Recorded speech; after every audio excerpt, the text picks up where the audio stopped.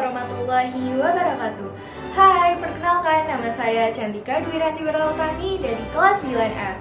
Tepat pada tanggal 17 Agustus 2020, Indonesia telah mencapai kemerdekaannya selama 75 tahun. Nah, kali ini kita bakal membahas nih salah satu pahlawan dari Indonesia, yaitu Sutomo atau yang biasa kita kenal sebagai Bung Tomo. Nah, kira-kira gimana ya perjalanan hidupnya Bung Tomo sejak kecil?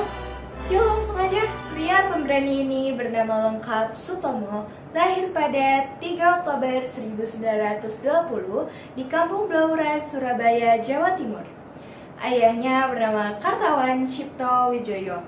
Sang ayah pernah bekerja sebagai pegawai pemerintahan, staf pribadi di kantor pajak pemerintahan, dan pegawai kecil di perusahaan ekspor-impor Belanda. Ibunya seorang berdarah campuran Jawa Tengah, Sunda, dan Madura. Sang ibu pernah berprofesi sebagai polisi di Kota Praja. Sebelum pindah ke Surabaya, sang ibu juga pernah pula menjadi anggota Sarekat Islam.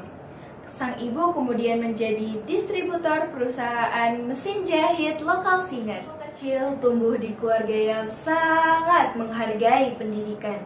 Sejak kecil, Bung Tomo sudah terbiasa berbicara dengan penuh semangat dan selalu berterus terang.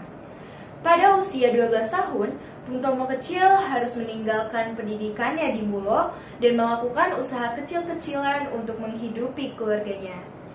Pada usia 17 tahun, nama Bung Tomo langsung mencuat dan langsung dikenal oleh banyak orang.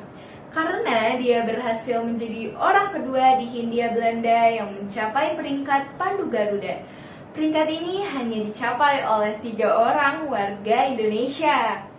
Di tahun 1945, tepatnya di bulan Oktober dan November, kota Surabaya diserang oleh pasukan Inggris.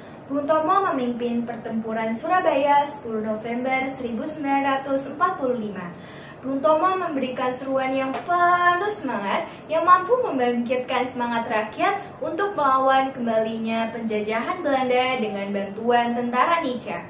Walau pada pertempuran 10 November 1945 bangsa Indonesia mengalami kekalahan, namun di hari tersebut tetap dikenang sebagai Hari Pahlawan. Bung Tomo pernah dipenjara, namun semangat perjuangannya tidak pernah padam. Selain menjadi pejuang yang pemberani, dia juga menjadi seorang muslim yang soleh. Pada 7 Oktober 1981, saat usia 61 tahun, Bung Tomo meninggal dunia di Padang Arafah ketika menunaikan ibadah haji. Jenazah beliau dibawa pulang ke tanah air Indonesia dan dimakamkan di TPU Ngagel, Surabaya. Beliau tidak mau dimakamkan di Taman Makam Pahlawan karena Taman Makam Pahlawan penuh dengan pahlawan yang tak memiliki keberanian ketika musuh datang dan ketika kondisi negara dalam keadaan genting, tapi langsung muncul ke publik ketika masa-masa damai untuk memamerkan jasa-jasanya.